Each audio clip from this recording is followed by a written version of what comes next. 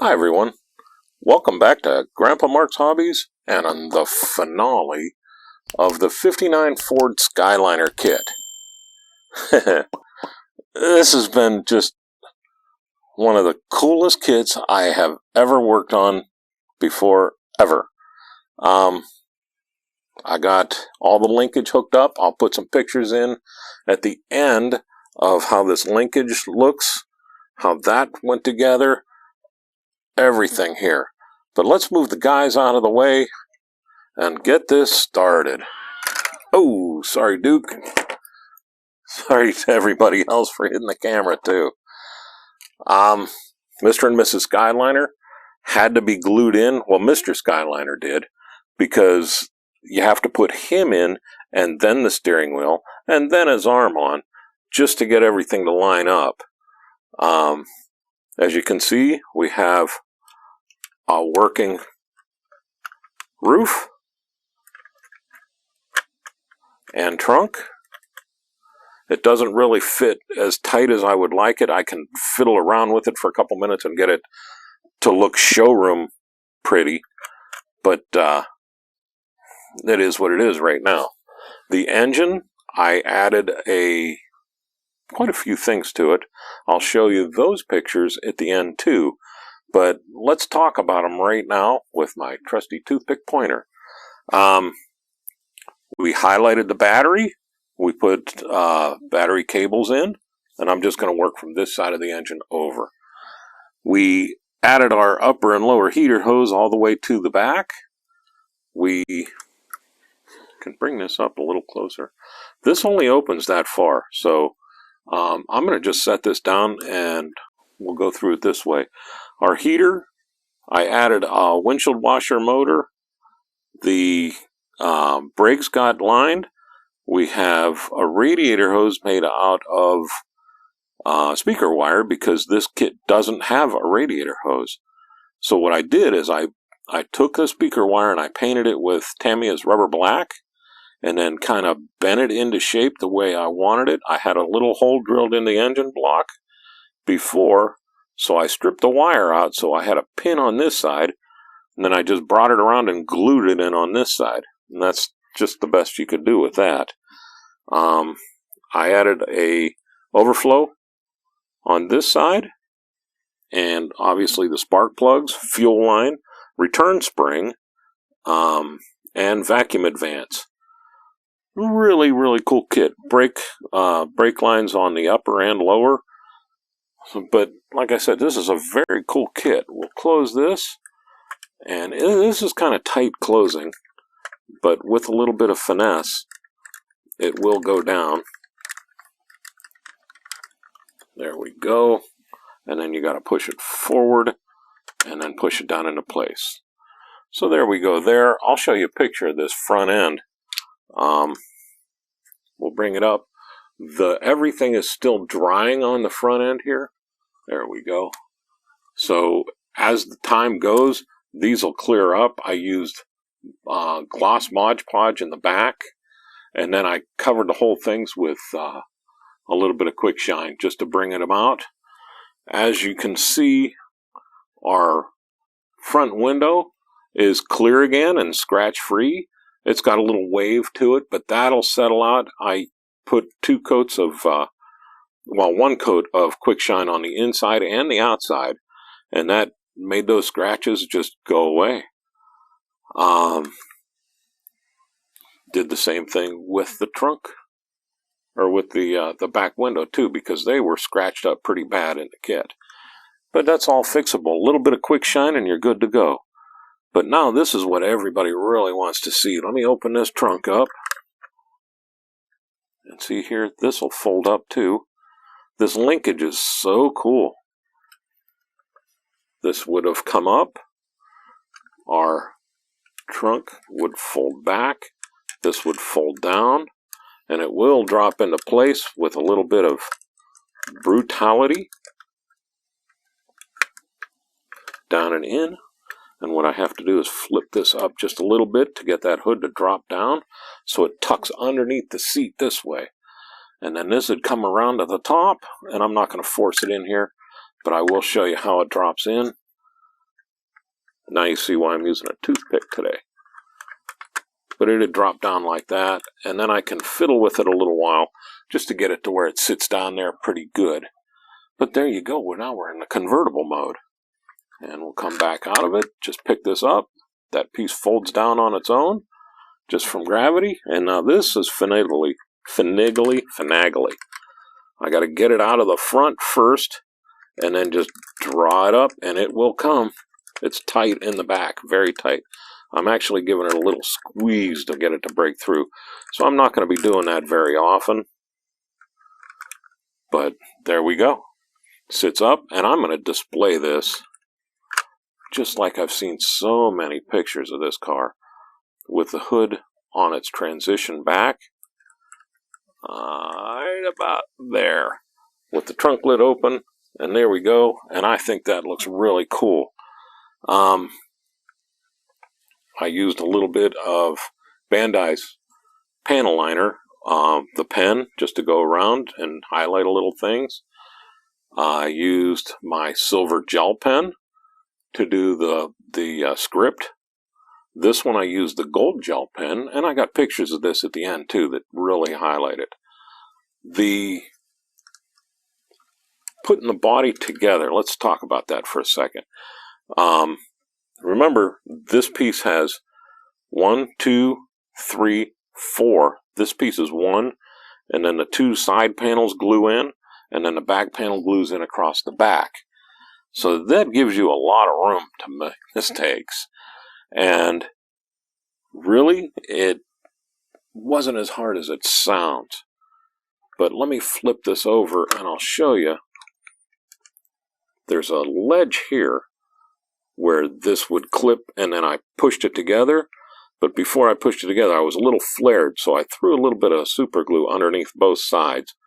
Put that together, and on like a 4 or 5 count, it glued up and held tight.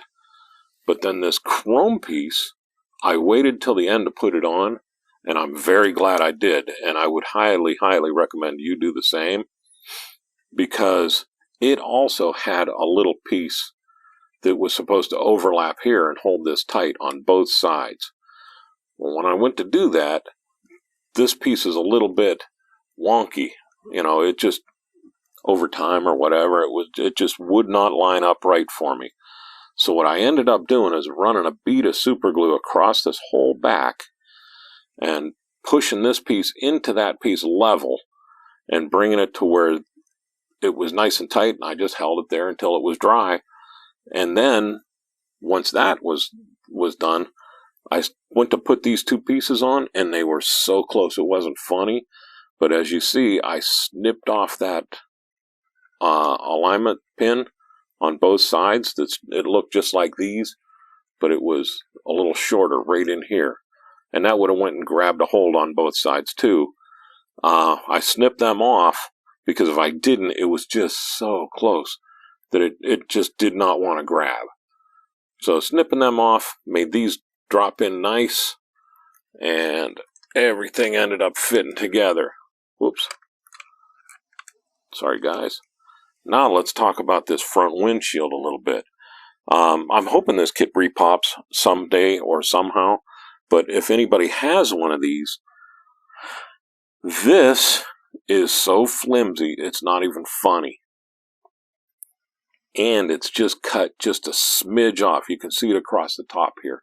Just a tiny bit, where what I ended up doing was I pushed this into place in the front, and then I put the glass in. And neither side lined up at all.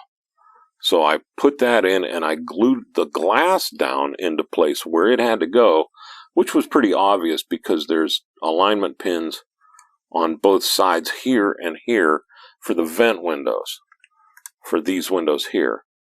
So what I did is I glued it to where everything lined up for the vent window, and then let that sit overnight. And I use clear Mod Podge for that. I let it sit overnight, and then I slowly started working my way back, gluing this chrome trim to the glass itself. Just glue a little bit, let it dry. Glue a little bit more, let it dry. So we probably have about 8 hours worth of gluing and drying on here. You know, I'd do that, and then I'd work on the linkage, and then I'd come back and do a little more and work on something else. And then I came back today to finish tying everything up. And then with the vent windows, they had a little pin on the bottom, an alignment pin. I just snipped them off, and they dropped right into place. A little Mod Podge on the chrome, put it on, done. And then as that was drying, I worked on a little bit more in the back here, getting the chrome trim on it and everything. Once it was dry, I came through with my quick shine. I hit that window on the inside and out to get rid of the scratches, and also to get rid of any fogging that might have happened, because I did use a little bit of super glue on this, and that quick shine will take that fog right away real quick, and it'll keep it from fogging up. It puts a barrier in between the window and the plastic, and the vapors, so it doesn't fog up when it's just sitting there. Let's talk about this interior. I'll pull this down and out of the way just a little bit. Look, and now it dropped right in. This interior went together like a dream. The detailing in that interior is fantastic. And I got some pictures of it that I'll put in the end too. A lot of pictures, so that you can see what's going on there. But it was a beautiful setup. Again, then the chrome on the outside wasn't. It was a little bit tighter, and what I found out is when I started scraping it to glue everything together, this chrome is chromed over clear plastic, which just really blew me away. I never knew that before. But all in all, I ended up winning the game on the chrome. I like how it ended up coming on. It's the absolute best I could do. These two pieces here, I used a little bit of panel liner to bring them out a little. And then on the back, let me close this trunk lid down a little bit, and I'm going to bring the back up. I took, instead of making a license plate, this had 1959 embossed in it. So what I did is I just took some of my real black and went around it and then scraped it off to where it shines. And that came out really good. The tail lights, I mentioned them in an update, but what I did with these tail lights for the backup lights, and I think they look better than any I've ever done, is I painted those flat white, and then I just touched them real quick with panel liner, Tamiya's panel liner black, and didn't leave it sit very long, just long enough to set that down, pick up a Q-tip, wipe them off. And man, did that make them look the part. Really happy with that. The Fairlane across the top, I just used a silver gel pen. The 500 underneath that, the gold, I used a gold gel pen. They both came in the same pack. I'll drop that link in the description below. So the bottom is fantastic. I'm very happy with this. I used quick shine on all the framework just to make it so it's not flat. I highlighted everything with my Tamiya's C Weathering Master, and then went around and did all the bolts with my silver gel pen. And I mean, that came out pretty good. I wanted a little bit of dirt underneath there because this guy's driving this to the shows. He's not trailering it. I added the fuel line on this side, the brake line on this side. They're close. I got lazy. I didn't put them in right where they were supposed to go, but I did want everybody to see them, and I'm good with that. Your starter, you can see there's actually the battery cable comes down to the front where it's supposed to. I dropped a Fram oil filter on this thing just so it's ready to roll. The tires are old. and the rubber is old on them. When I went to wipe the rubber down a little bit with a rag, it wiped all the Goodyear emblem right off of them. So be careful with when you do those. The exhausts drop into the frame. They made notches in them. Same with the drive shaft, made a little V. And I just noticed I forgot to paint the end of the drive shaft up here with the black. I will do that before I put this up on the shelf. But that is this kit in a nutshell. I'm going to leave this out here. It's starting to loosen up now to where I can pull it in and out. And I don't want to do it too many times, just because I'm afraid it's going to wear out and not stay where I put it. But there we go. The 1959 Ford Skyliner.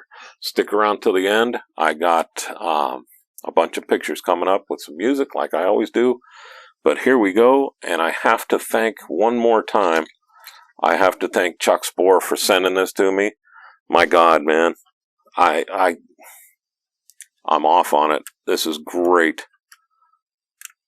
So, thank you very much, and you all have a good day.